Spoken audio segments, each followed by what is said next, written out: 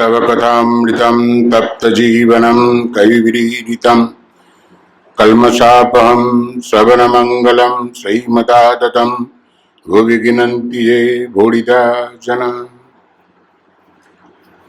मैं आप सबको तहे दिल से इस पाठचक्र का सेशन में आप सबको स्वागत करता हूं। ये मेरी दूसरी बार यहां आना हुआ। ऐसा ही हमको लगा, ऐसा हमको सुनने को आया कि हर महीना दिल्ली के बड़े महाराज सचिव महाराज यहाँ आते हैं और वचनामृत का आलोचना करते हैं। पहली बार जब मैं आया तो मैं ये वचनामृत स्टडी सर्कल, वचनामृत गोष्ठी की क्या अवस्था है उसका बारे में मैंने चर्चा किया था। आपको सुन के प्रसन्नता होगी कि मैं उस समय कहा था कि बहुत सारे स्टडी सर्कल बंद हो गए हैं, यह बंद होने वाला है। इसलिए हम लोग निश्चय किया कि हम खुद स्टडी सर्कल में जाएंगे पहली बार, और स्टडी सर्कल की क्या अवस्था है उसको हम जानेंगे, और जो स्टडी सर्कल बंद होने वाला है उसको हम लोग सब पुनर्जीवित करेंगे। मैंने करीब करीब 15 स्टडी सर्कल में गया और उनको सुझाव दिया। उन सबको प्रेरित करने के लिए मैं कोशिश किया कि जो स्टडी सर्कल आप चला रहे थे फिर से आप चलाइए। हम सब जानते हैं कि कोरोना के कारण सब बंद हो चुका था, लेकिन अब तो कोरोना नहीं है और भी दूसरी असुविधा है होने से भी आप इसको चलाते जाइए। और मैं फिर कहना चाहूंगा कि आप ये सुनकर आपकी प्रसन्नता होगी कि करीब करीब 30 स्टडी सर्कल चंगा हो गया। जो इनएक्टिव हो गया तो एक्टिव हो गया। और हम लोगों ने यह निर्णय लिया 2023 में कम से कम 35 स्टडी सर्कल को एकदम बिल्कुल चंगा करके छोड़ूंगा। और ईश्वर की कृपा से, ठाकुर मां स्वामी जी की कृपा से वो सब स्टडी सर्कल चंगा हो रहा है। और भी आपको सुन के प्रसन्नता होगी कि जो नए नए स्टडी सर्कल भी जुड़ रहे हैं। हम लोग 3 नए स्टडी सर्कल रोहिणी के उस तरफ कालीबाड़ी में उनको प्रेरणा मिली है और नए ग्रुप उन्होंने बनाया है और नया स्टडी सर्कल उन्होंने शुरू किया है। इसलिए यहां का तो चलता है, अच्छा ही चल रहा है। स्टडी सर्कल चलेगा भी, इसमें कोई संदेह नहीं है। लेकिन एक चीज हम देखते हैं, पहली बार भी मैंने देखा, इस बार भी मैंने देखा, यह सेक्टर 1 और सेक्टर 2 जब यहां फंक्शन होता है, सेक्टर 1 सेक्टर 61 में भी क्लास शुरू हो जाते हैं। मैं बताऊंगा उसको, हमारे जो रिमोट कंट्रोल करते हैं दादा, तो जो है देखिए, मैं रामकृष्ण वचनामृत जो शुरू होता है, जो किताब हम देखते हैं, प्रथम परिचय बांग्ला में है प्रथम दर्शन, मास्टर महाशय से श्री रामकृष्ण का पहला परिचय होता है या प्रथम दर्शन होता है। और ये दर्शन हम देखते हैं, श्री रामकृष्ण को दर्शन करने के लिए वो नहीं आए थे मास्टर मसाई। श्री रामकृष्ण के प्रति उसकी रुचि थी कि नहीं मुझे पता नहीं है, वो तो आए थे दूसरे चक्कर में। आप सभी जानते हैं कि सांसारिक कष्ट से वो परेशान थे, इतना परेशान थे कि वो सोच रहे थे कि आत्महत्या करूं ना क्या करूं। और एक दिन रात को बहुत ही मन खराब था, वो आते हैं उनके शिष्य ये जो है भग्निपति के यहाँ आते हैं, सीधू जिसका नाम है बरानगर में, और सीधू से बातचीत होती है मास्टर मसाई का, उसका रिश्तेदार था। और ये देखा गया, सीधू ने बहुत इंटेलिजेंट आदमी था, वो समझ गया कि मास्टर मसाई का मानसिक अवस्था बहुत ही खराब है। Mentally he was totally broken, जिसको हम अंग्रेजी में कहते हैं। इसलिए सीधू ने मास्टर मसाई को कहा, महेंद्रनाथ गुप्ता, कि चलिए आपका मन खराब है, हम बगीचा बगीचा घूम घाम के आएंगे, मन ठीक हो जाएगा। और भी दो चार बगीचा घूमते घूमते कहाँ आते हैं सीधू और मास्टर मसाई। सीधू कहते हैं चलिए दक्षिणेश्वर में बहुत सुंदर एक बगीचा है, चलो वहां हम लोग घूम के आए। दोनों ही श्री रामकृष्ण से मिलने के लिए नहीं आए थे, यह हमें जानना है। ऐसी नियति थी कि श्री रामकृष्ण को, मास्टर मसाई को वहां आना पड़ा। और मास्टर मसाई आते हैं, बगीचा वगैरह घूमते हैं, और फिर दोनों ही सीधू और मास्टर मसाई पहुंचते हैं श्री रामकृष्ण जहां अपने कमरे में बैठे हुए थे। सुंदर वर्णना है, सुंदर वर्णना। मास्टर मसाई बैठे हुए हैं, घर में भक्त लोग बैठे हैं, सुंदर वर्णना किया है हमारे महेंद्रनाथ गुप्ता मास्टर मसाई ने। और क्या वर्णना किया है देखिए, वर्णन किस तरह उन्होंने किया है। कहते हैं, गंगा जी के पूर्व तट पर कलकत्ता से कोई 6 मील दूर दक्षिणेश्वर में श्री काली जी का मंदिर है। यहीं भगवान श्री रामकृष्ण देव रहते हैं। वसंत ऋतु है, 1882 ईस्वी का फरवरी माह। श्री रामकृष्ण के जन्मोत्सव के बाद कुछ दिन बीत चुके हैं। मास्टर सीधू, जिससे सीधू का नाम मैंने बताया, उनका पूरा नाम था सिद्धेश्वर मजुमदार, के साथ बरानगर से निकलकर एक बाग से दूसरे बाग में घूमते हुए यहां आ पहुंचे थे।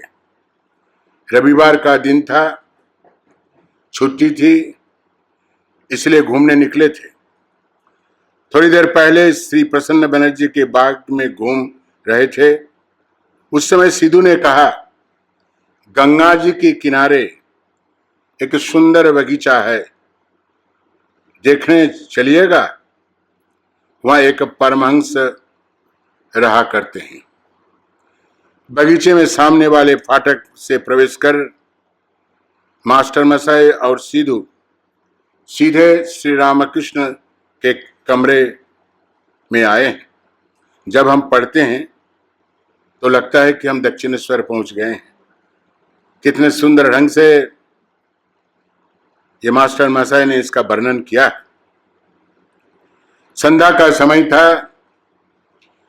इसी समय उन्होंने रामकृष्ण देव के प्रथम बार दर्शन किए।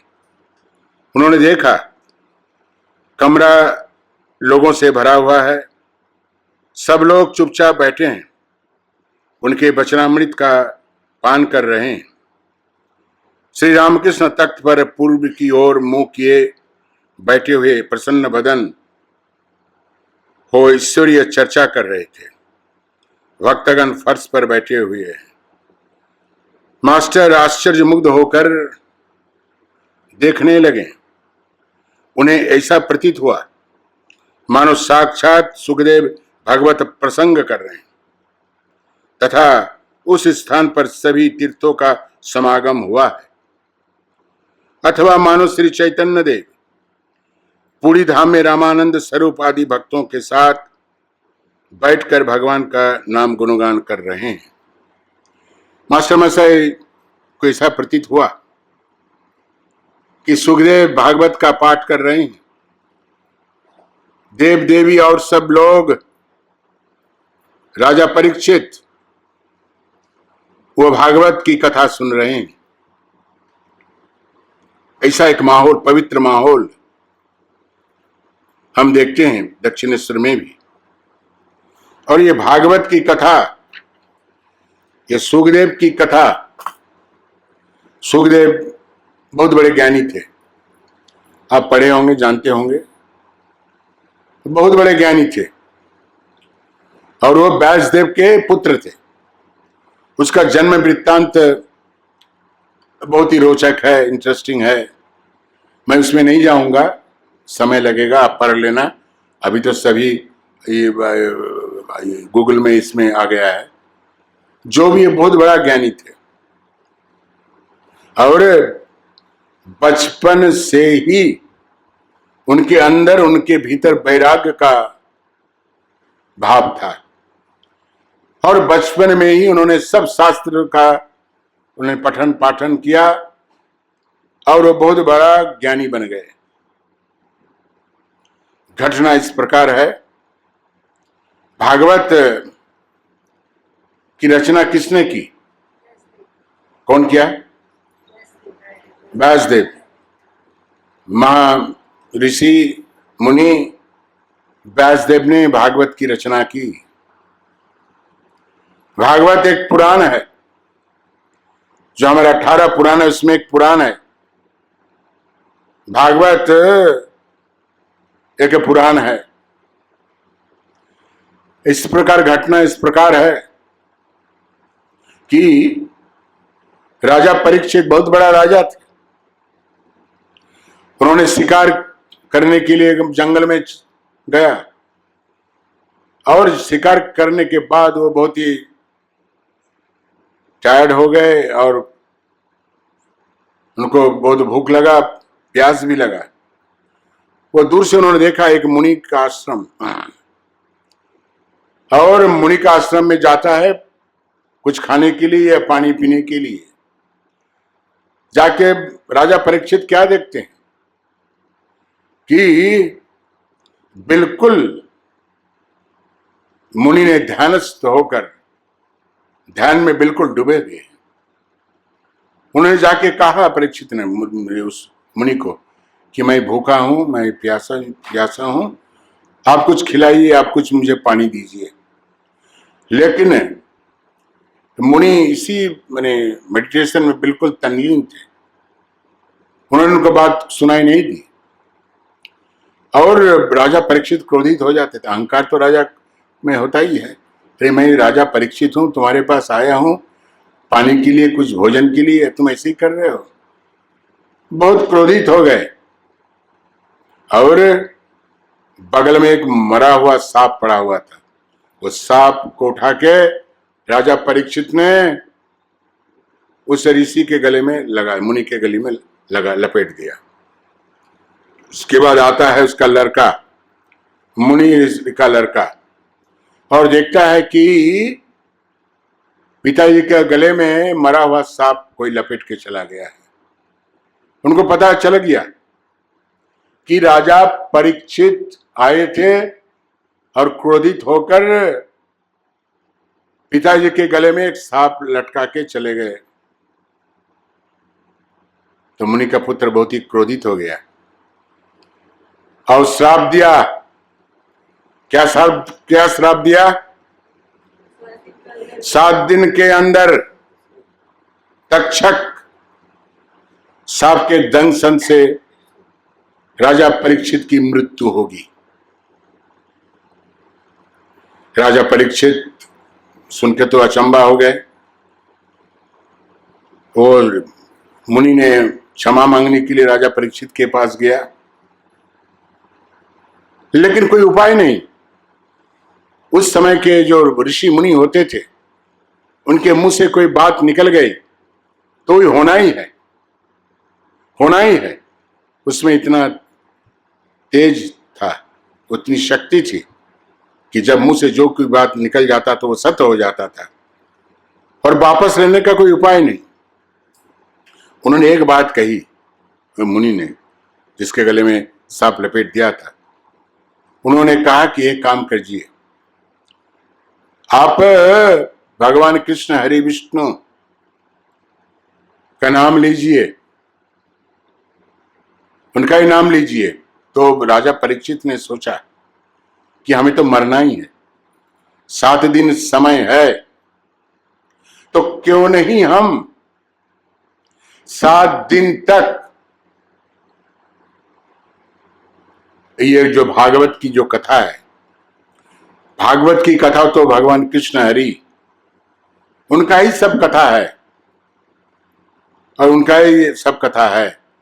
अगर हम 7 दिन तक लगातार अगर हम भागवत की कथा सुनेंगे, भगवान कृष्ण हरि विष्णु जो भी कहिए, उनकी अगर कथा सुनेंगे तो हमारा जीवन जो है सार्थक हो जाएगा। और वो चल निकल पड़ते हैं, सब कुछ राजपाट सब कुछ छोड़कर वो चल निकल पड़ते हैं और कहां जाते हैं? नदी के किनारे चलते चलते जा रहे हैं। और उधर से सुखदेव जो परम ज्ञानी वो आ रहे थे, उनके पीछे पीछे बहुत सारे लोग आ रहे थे, भक्त आ रहे थे, देव देवी लोग आ रहे थे। और राजा परीक्षित ने उनसे अनुरोध किया कि महाराज, आप जैसे ज्ञानी, आपके पिता वेद व्यास इस भागवत की रचना की है, इट इज वेरी इंपॉर्टेंट, रचना की है, रचना की है, तो आप मुझे भागवत कथा सुनाइए। और परम ज्ञानी सुखदेव जी राजी हो जाते हैं कथा सुनाने के लिए, कथा सुनाने के लिए राजी हो जाते हैं। और कथा सुनाते हैं। हम जब भी अब सुनते हैं कि भागवत कथा, भागवत सप्ताह क्यों होता है? 4 दिन, 2 दिन, 1 दिन क्यों नहीं होता? 10 दिन क्यों नहीं होता है? क्यों होता है भागवत सप्ताह 7 दिन? ये जो है, आप ठीक कर रहे हैं, ये जो भागवत सप्ताह है, ये महाराज मुनिवर सुखदेव ने 7 दिन तक उन्होंने भागवत का पाठ किया, भगवान कृष्ण का लीला का वर्णन किया। और राजा परीक्षित ये इस भागवत कथा सुनी और सुनने के बाद वो वैकुंठ लोक में चले गए। तो मेरी कहने की बात यह है कि भागवत कथा हम सुनते हैं और भागवत कथा सुनकर हमें कृष्ण लीला का बोध होता है। भगवान कृष्ण लीला करने आए थे, इसलिए कहते हैं यहां मास्टर मसाई कि जैसे हमारे सुखदेव जी महाराज भागवत कथा करते थे, लोग सामने राजा परीक्षित और सब बैठे हुए थे, एक अपूर्व माहौल वहां हुआ था। और उसी प्रकार दक्षिणेश्वर में और एक दृश्य देख रहे हैं मास्टर मसाई, उनको प्रतीत होता है, उनकी उपलब्धि हो रही है कि दक्षिणेश्वर में श्री राम कृष्ण के कमरे में स्वयं सुखदेव श्री राम कृष्ण जैसे लगता है बैठे हुए हैं, उनके सामने बहुत सारे भक्त बैठे हुए हैं और श्री राम कृष्ण का वचनामृत सुन रहे हैं। मास्टर मसाई, यद्यपि उनका प्रथम परिचय था, पहला श्री रामकृष्ण को देखा, लेकिन मास्टर मसाई भी ये बहुत बड़ा ज्ञानी थे। उनको बाद में पता चला, अब जब बाद में और पढ़ते रहूंगा तब पता चलेगा। और मास्टर मसाई ने देखा, उपलब्धि किया। क्या सुंदर वर्णन करते हैं। लगता है कि ये सुखदेव जैसे श्री रामकृष्ण वचनामृत का पाठ करवाते हैं या अमृत पान कराते हैं। और उस स्थान पर सभी तीर्थों का समागम हुआ है, अथवा मानो श्री चैतन्यपुरी धाम में रामानंद स्वरूप आदि भक्तों के साथ बैठकर भगवान का नाम गुणगान कर रहे हैं। श्री रामकृष्ण कह रहे थे, जब एक बार हरि या राम नाम लेते ही रोमांच होता है, आंसुओं की धारा बहने लगती है, तब निश्चित समझो संध्यादि कर्मों की आवश्यकता नहीं रह जाती है। ये श्री रामकृष्ण बताते हैं कि एक बार भगवान का नाम लेने से, ईश्वर का नाम लेने से आंसू निकल आती है, रोमांच होता है। श्री रामकृष्ण एक जगह पे कहे हैं ना कि पैसा, धन, दौलत, अपने पुत्र परिवार के लिए लोग कितना आंसू बहाते हैं, लेकिन भगवान के लिए कौन आंसू बहाते हैं? बहुत लोग प्रश्न करते हैं कि अरे हम तो कुछ नहीं होता है, ये नहीं होता है, इतना दिन दीक्षा ले ली हमने जब भी किया तब भी किया, ध्यान भी लगाया, लेकिन भगवान का दर्शन नहीं हुआ। This is the general complaint we get from everybody. तो क्यों नहीं दर्शन देते हैं? आप बताइए, क्यों नहीं दर्शन देते हैं? दर्शन पाने के लिए हमें कोई व्याकुलता है, जिसको अंग्रेजी में कहते हैं यर्निंग। हम परीक्षा में पास करने के लिए, रुपया पैसा कमाने के लिए, इधर उधर करने के लिए, भगवान कहते हैं कि श्री रामकृष्ण कितना आंसू बहाते हैं, कितना प्रयत्न करते हैं। वैसे व्याकुलता है क्या? अगर व्याकुलता है तो जरूर ईश्वर हमें दर्शन देंगे। इसलिए श्री रामकृष्ण यहां कहते हैं कि जिसको ईश्वर का नाम सुनने से ही जिसको रोमांच होता है, और रिपुलेशन जिसको अंग्रेजी में कहते हैं, रोमांच होता है और आंख से आंसू बहने लगता है, तो इसको हम कहते हैं कि उसके लिए और कुछ करने की आवश्यकता नहीं है। संध्यादि या कोई उपासना इत्यादि करने की जरूरत नहीं होता है। बहुत ऊंची अवस्था है ये जो कह रहे हैं, कोई साधारण अवस्था नहीं है कि भगवान का नाम सुनने से एकदम रोमांच हो जाता है, आंसू बहता है। वो तो श्री रामकृष्ण का हुआ करता था। श्री रामकृष्ण एक बार भगवान का नाम, ईश्वर का नाम सुन लेते तो समाधिस्थ हो जाते थे। वो तो उसमें ऐसा एक भाव आ जाता था। श्री रामकृष्ण बिल्कुल भावस्थ हो जाते थे। और ये कहते हैं, एक बहुत बड़ी बात है जो हम पढ़ेंगे अभी, कि आंसुओं की धारा बहने लगती है, तब निश्चित समझो कि संध्यादि कर्मों की आवश्यकता नहीं रह जाती है। तब कर्म त्याग का अधिकार पैदा हो जाता है। कर्म आप ही आप छूट जाते हैं। उस अवस्था में केवल राम, हरिनाम, केवल ओंकार का जप करना ही पर्याप्त है। ये जो हम कर्म के बारे में कहते हैं, श्री रामकृष्ण क्या कहते हैं? जिसकी ऐसी अवस्था हो गई है कि हरिनाम सुनने से, ईश्वर का नाम सुनने से रोमांच होता है, आंसू बहने लगते, उसके लिए जबरदस्ती कर्म का त्याग नहीं करना पड़ता है। खुद ही अपने आप कर्म का त्याग हो जाता है।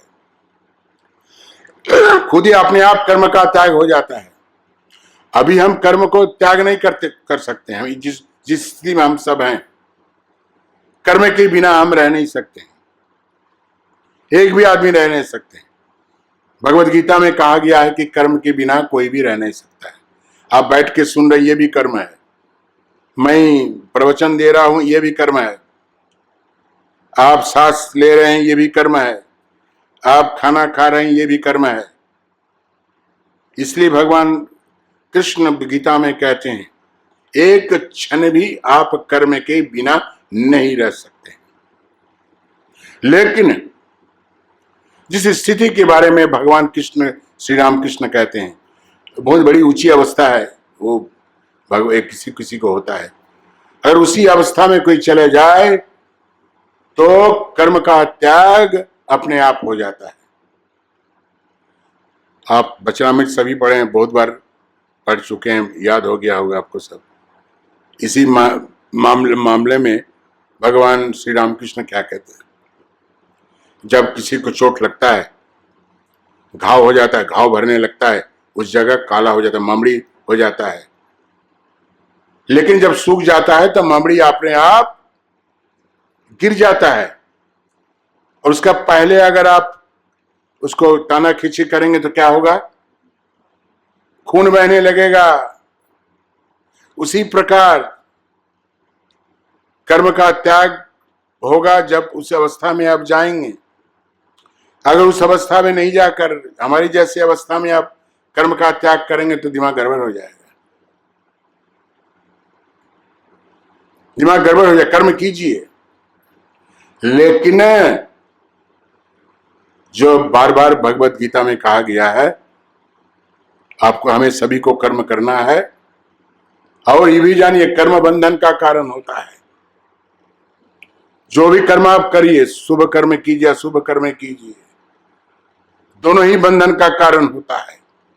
अब मत सोचिए कि शुभ कर्म करने से बंधन नहीं होता है, बंधन।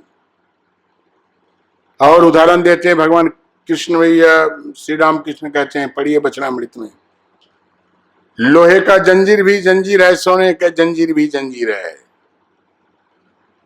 Both are the chains, whether it's a golden chain or iron chain। इसलिए दोनों कर्म से ही बंधन का उत्पत्ति होता है, बंधन का उत्पत्ति होता है। इसलिए हम कर्म बंधन से हमें कैसी मुक्ति मिल सकती है, सुनिए अच्छी तरह से। तभी मिल सकती है यदि हम सब कर्म फल के बिना, कर्म फल की आशा किए बिना अगर हम कर्म करेंगे तो वो कर्मा बंधन का कारण नहीं होता है, बंधन का कारण नहीं होता है।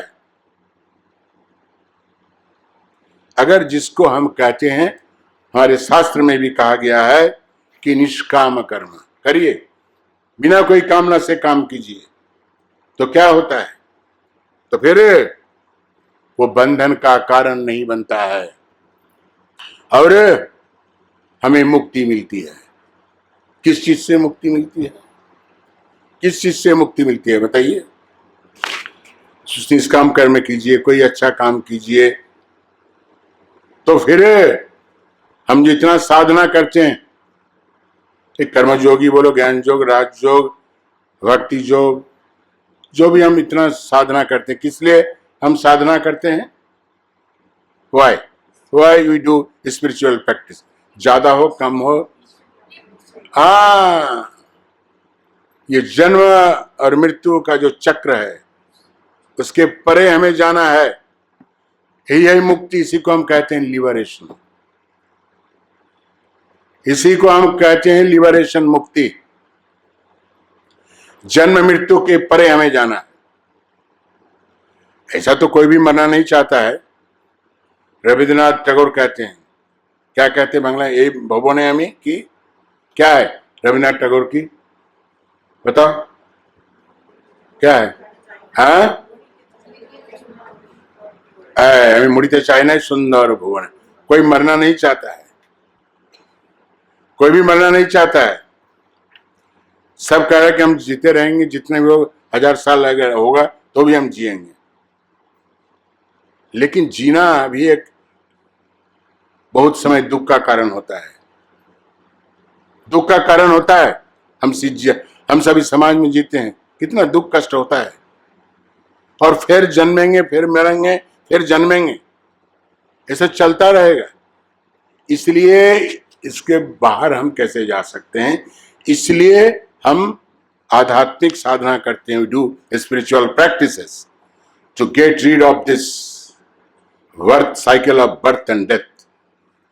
तो भगवान रामकृष्ण देव जी यहां कहते हैं कि कर्म अपने आप छूट जाते हैं। इस अवस्था में केवल राम नाम, हरि नाम, केवल ओंकार का जप करना पर्याप्त है। केवल राम नाम थोड़ा सा करना, ईश्वर का नाम लेना, जिस अवस्था में अपने आप ईश्वर का नाम लेने से आंसू आंख से निकल आते हैं, रोमांच होता है, भावस्थ हो जाता है, उसके लिए नहीं तो गड़बड़ मत कीजिए। अब सभी ने हमारा भी हो गया, हम भी काम वाम नहीं करेंगे, घर में बैठे रहेंगे। Don't do that. उसी अवस्था के सोचना है आपको। अगर आपको ईश्वर का नाम लेने से क्या आपको कुछ ऐसा होता है कि आपका रोमांच होता है, आंख से आंसू निकलता है, भगवान के भाव में आप तल्लीन हो जाते हैं? अगर ऐसा, क्या कुरकुर आवाज कर रहे थे, भाग गया ना क्या? वो कहाँ गया? अमित भाग गया। हाँ, बोला उसको। तो ऐसा मत कीजिए, प्रयत्न कीजिए। जब उसकी अवस्था आएगी तब हम देखेंगे। तो कहता है कि कर्म की कोई जरूरत नहीं है इसी अवस्था में, और केवल ईश्वर का नाम लेने से ही काफी है। ईश्वर का नाम लेने से ही काफी है। भगवान श्री रामकृष्ण देव जी कहते हैं। ये सुंदर कथा है, लेकिन आप प्रश्न कर सकते हैं कि तो रामकृष्ण देव ने इतना क्यों आध्यात्मिक साधना की? 12 साल तक दक्षिणेश्वर में, उनको तो बड़ी महात्मा थे, सब कुछ तो उनको प्राप्त हो गया था, ज्ञान प्राप्त हो गया था। Why Sri Ramakrishna did the spiritual practices for how many years? 12 years. Why? Shri Ramakrishna क्या कहते हैं?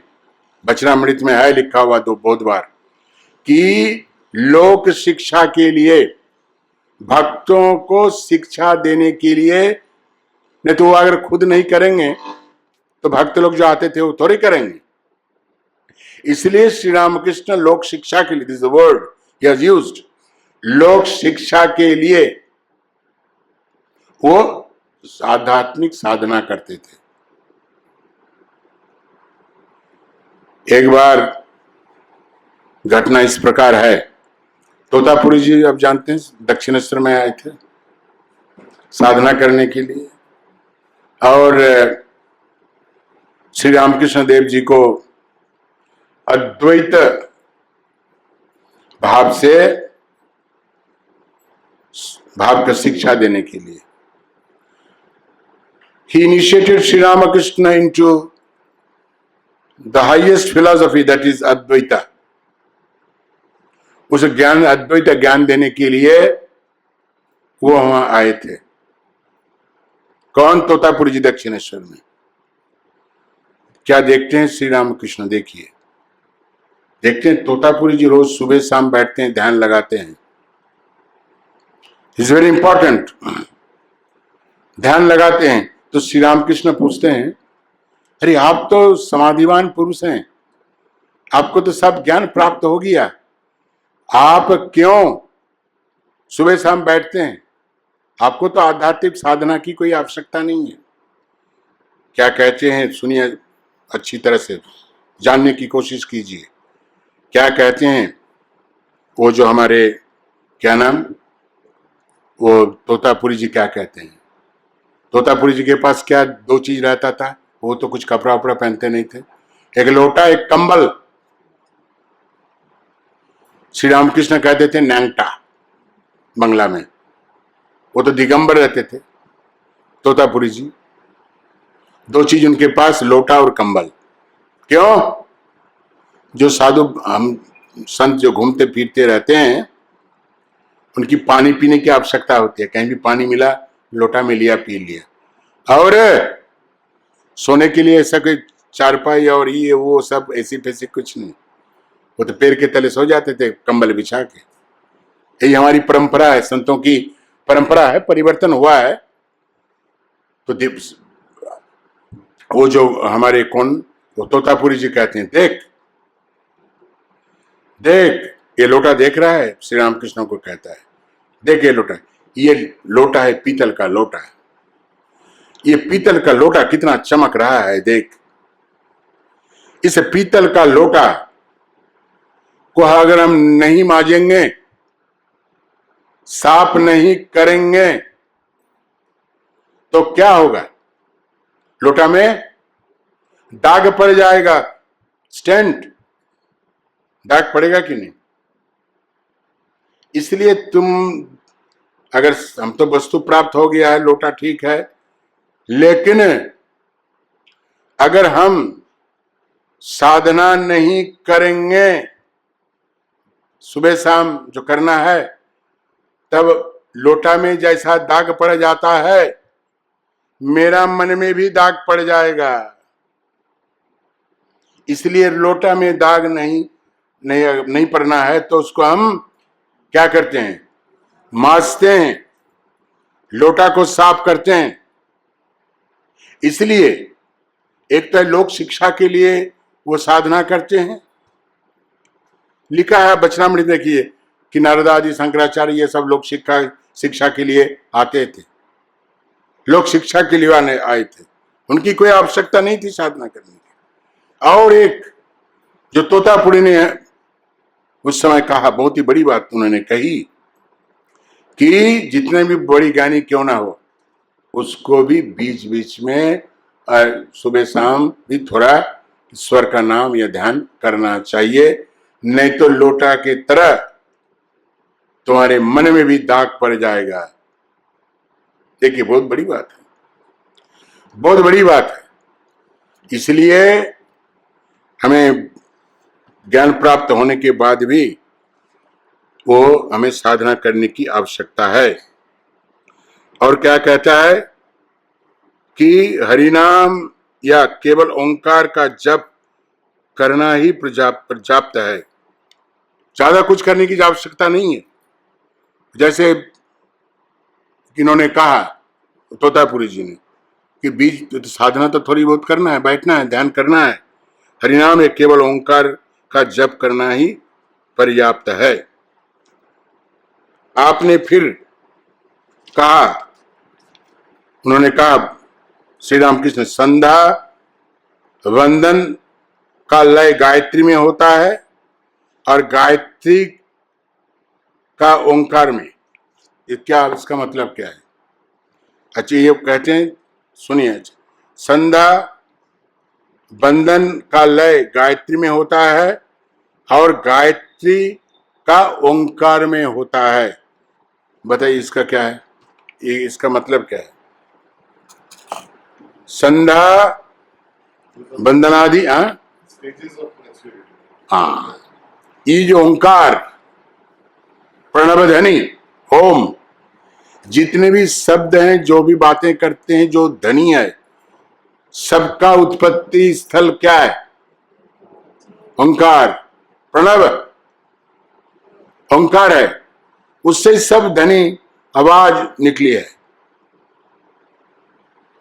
तो इसलिए कहते हैं, जब ऊंची अवस्था होती है किसी साधकों को, तो क्या होता है? उसको ऐसा ही प्रतीत होता है कि संध्या वंदन का लय गायत्री में होता है और गायत्री का मंत्र आप सभी जानते हैं, और गायत्री ओंकार में लय होता है।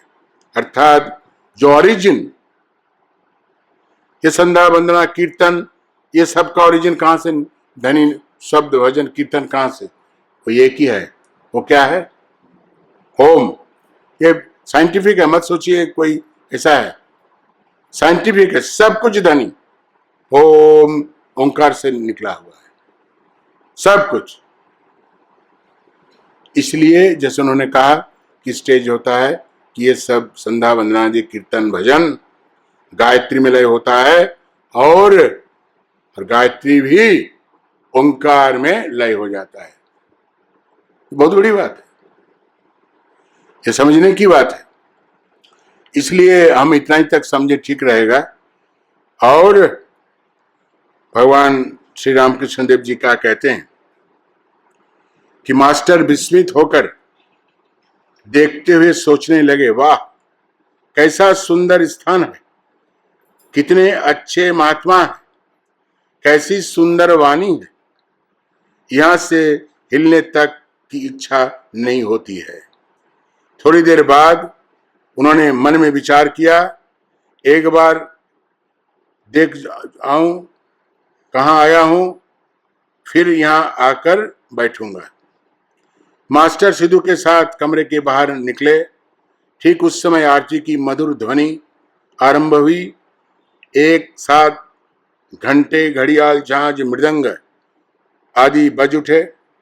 उद्यान के दक्षिण सीमा से नौबत की मधुर ध्वनि गूंज उठी।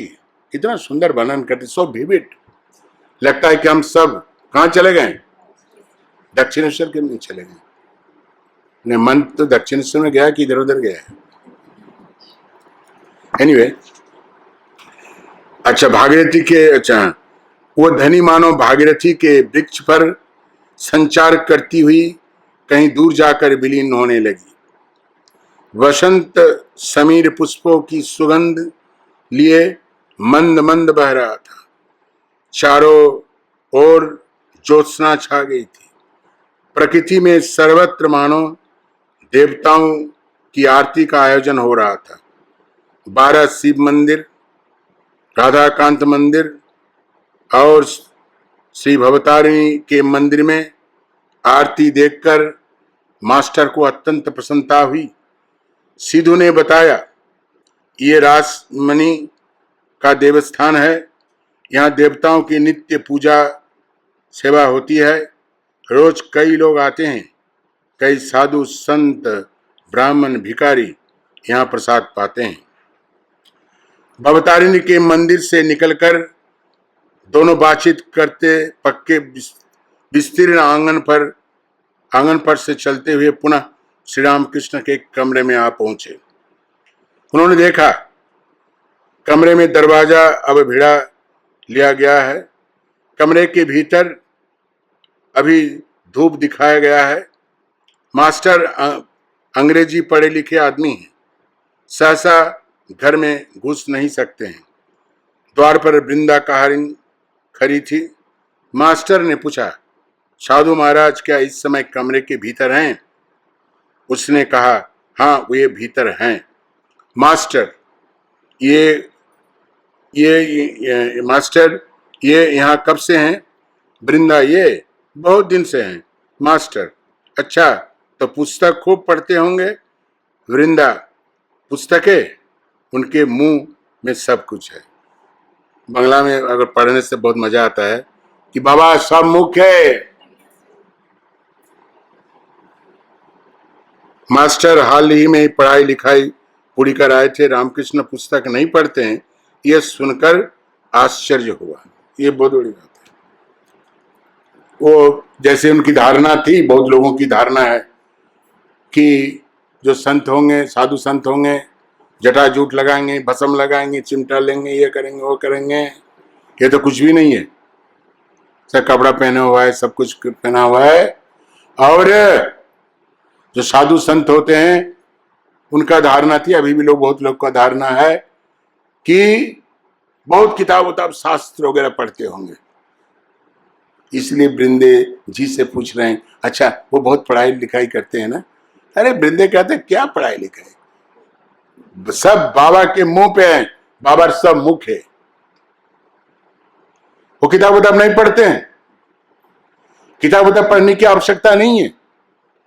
किताब तो हम पढ़ते हैं, कोई भी किताब या आध्यात्मिक ज्ञान के लिए, दूसरे ज्ञान के लिए तब तक पढ़ते हैं जब तक हमें ज्ञान प्राप्त न हो।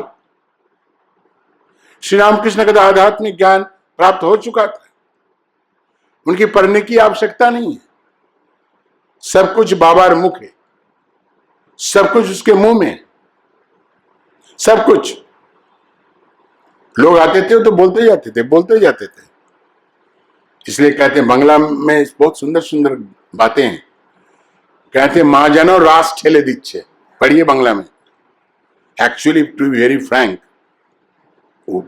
तो करना ही पड़ेगा ट्रांसलेशन, लेकिन बांग्ला में अगर पढ़ेंगे तो बहुत मजा पाएंगे। कथा सुनना बोल सब है। बांग्ला में पढ़ेंगे तो अब मैं वही आता हूं। हमारे जो साधु हैं, हमारे साधु तो ऑल इंडिया के हैं, हम देश के बारे में ऑल इंडिया के हैं। कोई मद्रासी हैं, कोई तेलुगु है, कोई बिहारी है, कोई यूपी का है, सब लोग आते हैं। बांग्ला में ज्यादातर हमारे साधु बांग्ला क्यों सीखते हैं जानते हैं? ऐसे बोलने चलने में के लिए बांग्ला सीखते हैं, लेकिन ज्यादातर साधु बांग्ला सीखते हैं कि वचनामृत को, कथामृत को ओरिजिनली वो हिंदी में पढ़ सके। उसमें अगर बहुत मजा है, बहुत मजा है।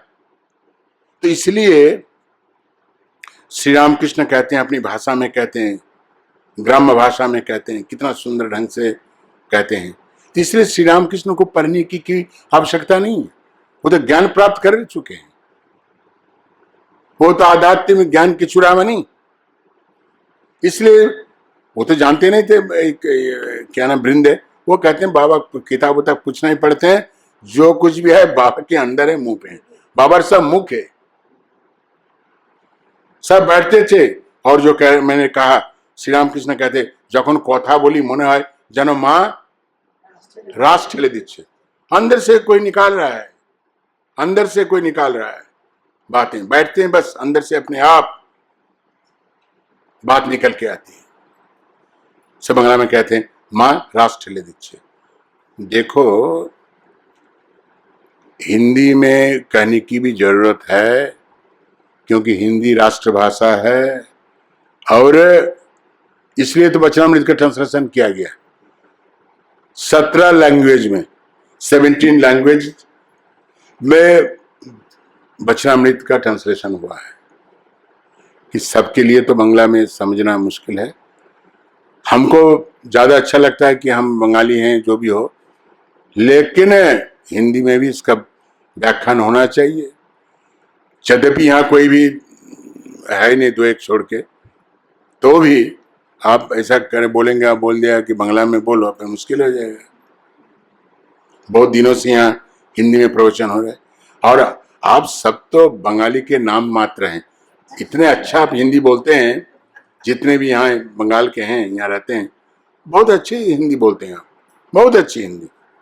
मैं तो सुनता हूँ ना, यहाँ के 2.5 महीना मेरा हो, बहुत अच्छी बोलते हैं। तो कहते हैं बाबा सब मुख है। तो मास्टर से आश्चर्य हो जाता है कि संत है, और संत कोई लिखाई पढ़ाई नहीं कुछ करता है, और उनके एक धारणा थी कि कोई भी ज्ञान प्राप्त करने की लिखाई पढ़ाई करने की आवश्यकता है। लेकिन मास्टर को यह पता नहीं था कि आध्यात्मिक ज्ञान प्राप्त करने के लिए फॉर्मल एजुकेशन की आवश्यकता नहीं होती है। फिर श्री रामकृष्ण क्या कहते हैं, देखिए। श्री रामकृष्ण तो बच्चे थे कमारपुकुर में, उनको पाठशाला भेजा गया। वो पाठशाला गए ना, 2 एक दिन करके भाग आए। भाग के आकर क्या बताए, बताओ क्या बोला? हमी चाल कोला माधव विद्या में चाहिए।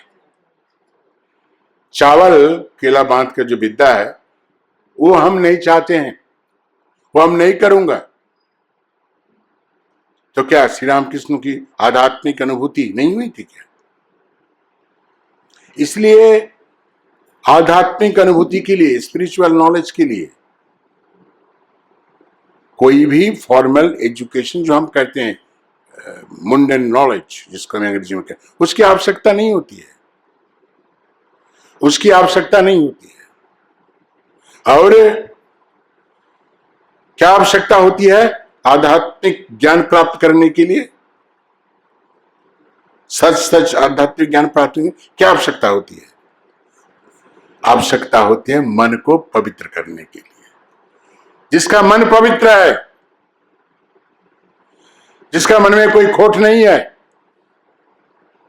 जिसके अंदर भीतर कोई भी गंदगी नहीं है, कोई भी मलिनता नहीं है, वो आध्यात्मिक ज्ञान प्राप्त कर सकता है।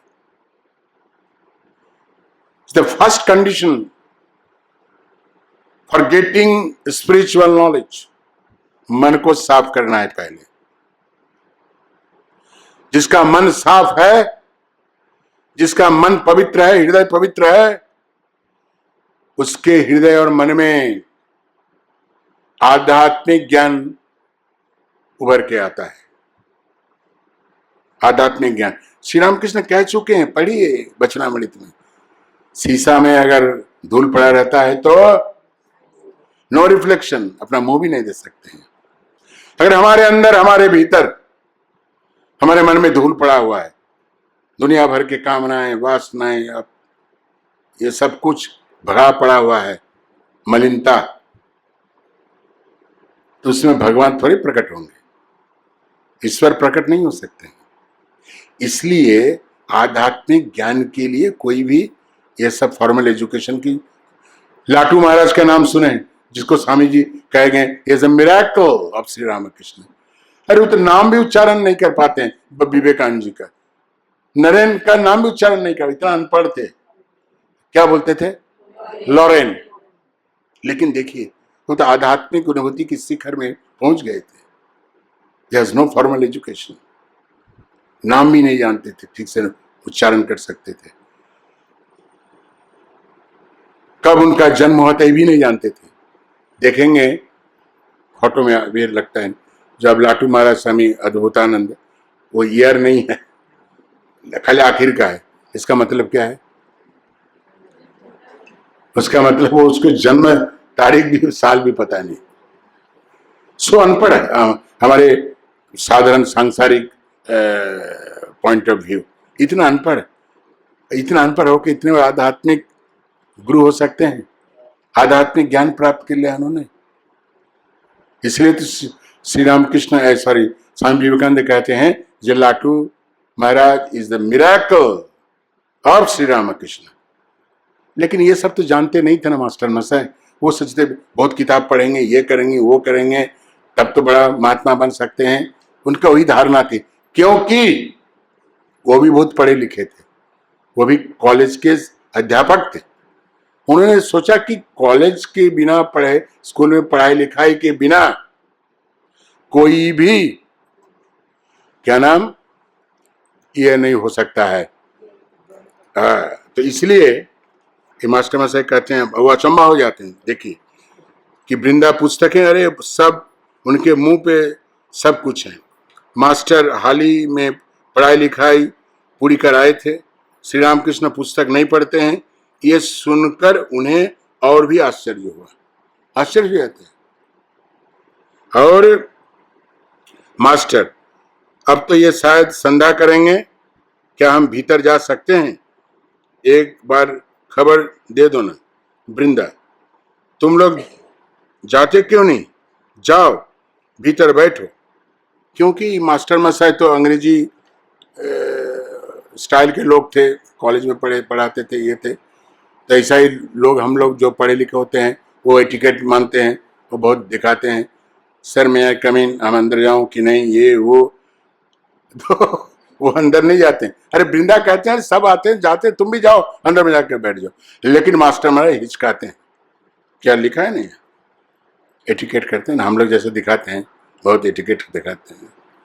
तो श्री रामकृष्ण के पास क्या एटिकेट, क्या कुछ नहीं। अरे श्री रामकृष्ण क्या बताऊं। एक बार श्री रामकृष्ण ने मथुर बाबू को कहा कि देखो मैंने सुन रहा हूं कि रविंद्रनाथ ठाकुर के पिता देवेंद्रनाथ ठाकुर बहुत बड़े महर्षि हैं, महर्षि इसी से भी ऊपर ऐसा नाम चल रहा है बाजार में, मैं उनको देखना चाहता हूं। तो वो बहुत बड़े आदमी उस समय के, और इधर मथुर बाबू भी बहुत बड़े जमींदार, तो उनको टालना चाहते थे। महाराज बाद में होगा, देखा जाएगा।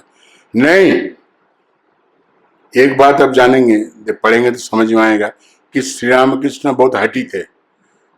जो एक बार बोल देते ना, उस करना ही है, जाना ही है, उन्हें जाऊंगा, चलो। उनको ले गए मथुर बाबू ने, और उनका तो ऐसा ही गया, कुछ बातें पूछा और उन्हें बहुत बड़ी बात कह दी। उसको अच्छा नहीं लगा होगा, बाद में सुनेगा। उन्होंने कहा बाद में, उनको देखा, उसमें जोग भी है, उसमें भोग भी है। तो जो भी है, तो श्री रामकृष्ण तो चले आए। मथुर बाबू के 2 दिन के बाद वो कहते हैं, कौन?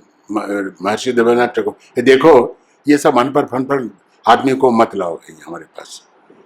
उसका कमीज का ठीक नहीं है, धोती का ठीक नहीं, से लपेट लिया, ऐसा आ गया।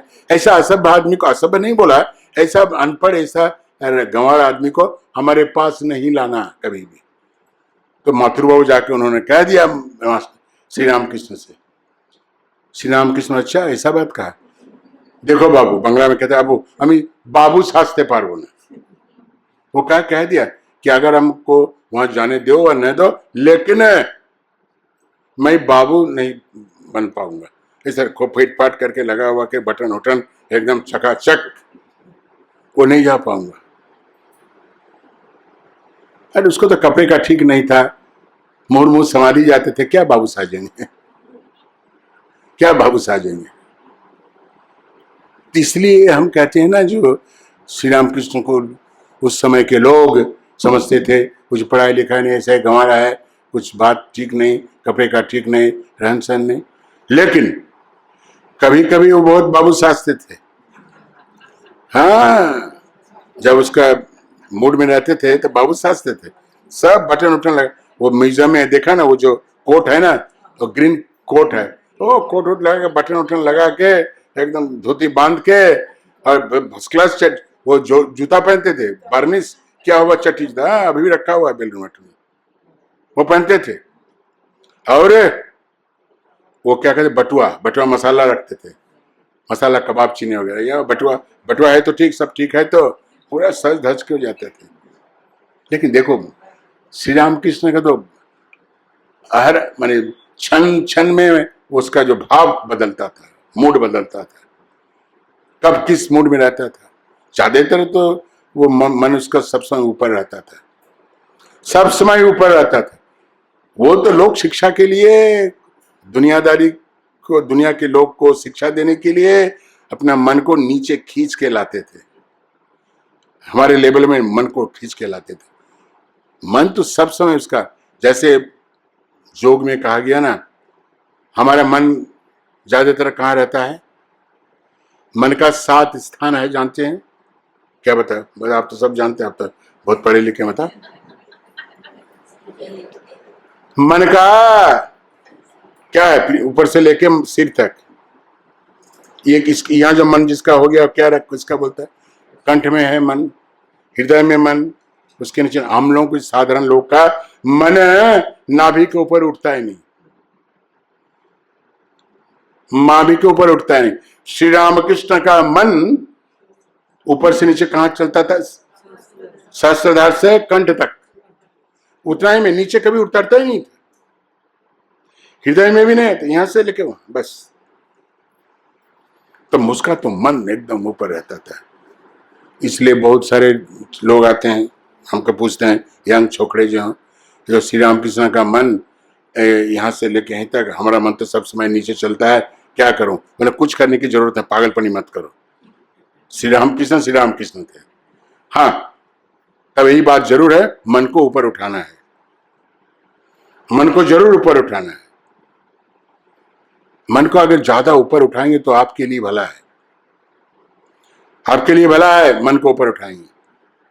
और शायद समय हो गया है, मैं अब कितना बजे भाई, कितना 7:30 हो गया ना, क्या है, 8 हो गया, बस चलो, और क्या है, हम बंद करेंगे अभी।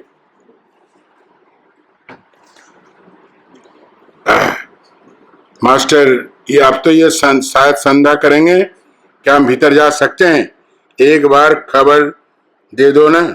वृंदा, तुम लोग जाते क्यों नहीं? जाओ भीतर बैठो। तब दोनों ने कमरे में प्रवेश किया, सीधू एवं मास्टर मसाय। महेंद्रनाथ गुप्ता कमरे में और कोई नहीं है, श्री रामकृष्ण अकेले तख्त पर बैठे हैं। कमरे में धूप की सुगंध भर रही है। सभी दरवाजे बंद है। मास्टर ने अंदर जाते ही हाथ जोड़कर प्रणाम किया। श्री रामकृष्ण द्वारा बैठने की आज्ञा पाकर वे और सिद्धू फर्श पर बैठ गए। श्री रामकृष्ण ने पूछा, कहाँ से आते हो, क्या करते हो, बरानगर क्यों आए इत्यादि। मास्टर ने कुल परिचय दिया। अब वे देखने लगे कि श्री रामकृष्ण का मन बीच बीच में मानो दूसरी ओर खींच रहा है।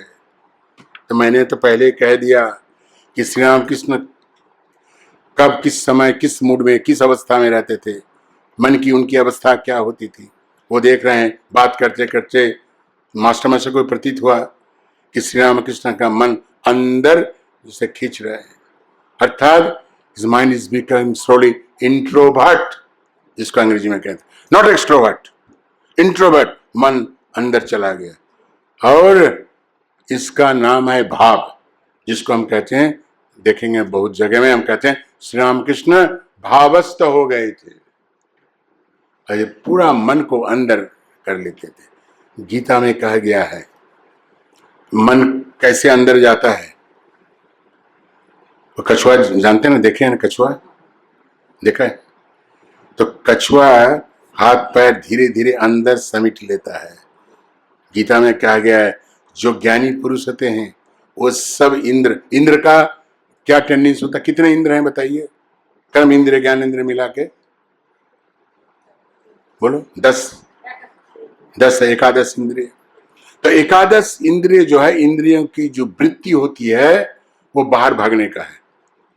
आउटवर्ड टेंडेंसी, आउटगोइंग टेंडेंसी, आंख बोलिए, कान, नाक, जो भी है, सबका हाथ पैर, सबका टेंडेंसी है बाहर भागना। और जो ज्ञानी होते हैं वो जो इंद्रिय बाहर भागता है उसको अंदर खींच के अंदर ले आता है, अंदर ले आता है। तो क्या होता है, वो ज्ञानी पुरुष के लिए संभव है। जैसे कछुआ सब अपना पैर अंदर समेट लेता है, ज्ञानी पुरुष भी सब इंद्रियों को अपने अंदर समेट लेता है, बाहर जाने के लिए नहीं देता। कठोपनिषद भी मेरी सब बहुत बड़ी व्याख्या है, बहुत सुंदर व्याख्या है, उस पर नहीं जाऊंगा। तो आप सबको नमस्कार, धन्यवाद जो आपने इतने संख्या में हमारे यहाँ आए हैं और इस कथा वचनामृत में आपने भाग लिया, आलोचना में भाग लिया। और मैं यही कहूँगा कि हम जब वचनामृत का पाठ करते हैं, ऐसा मत सोचिए, सोचना भी नहीं चाहिए कि वचनामृत का पाठ करने से सबको बाहर कर दो, ठाकुर को, स्वामी जी को बाहर कर दो, माँ को बाहर कर दो। नहीं, सब आएंगे और सबकी आलोचना होनी चाहिए, जिसको हम दिव्यत्रयी कहते हैं। दिव्यत्रयी कैसा है? ये बेलपत्र है ना, बेलपत्र में कितने पत्ते रहते हैं? तो वही है, तो श्री रामकृष्ण है, मां शारदा, स्वामी विवेकानंद है। की वृंते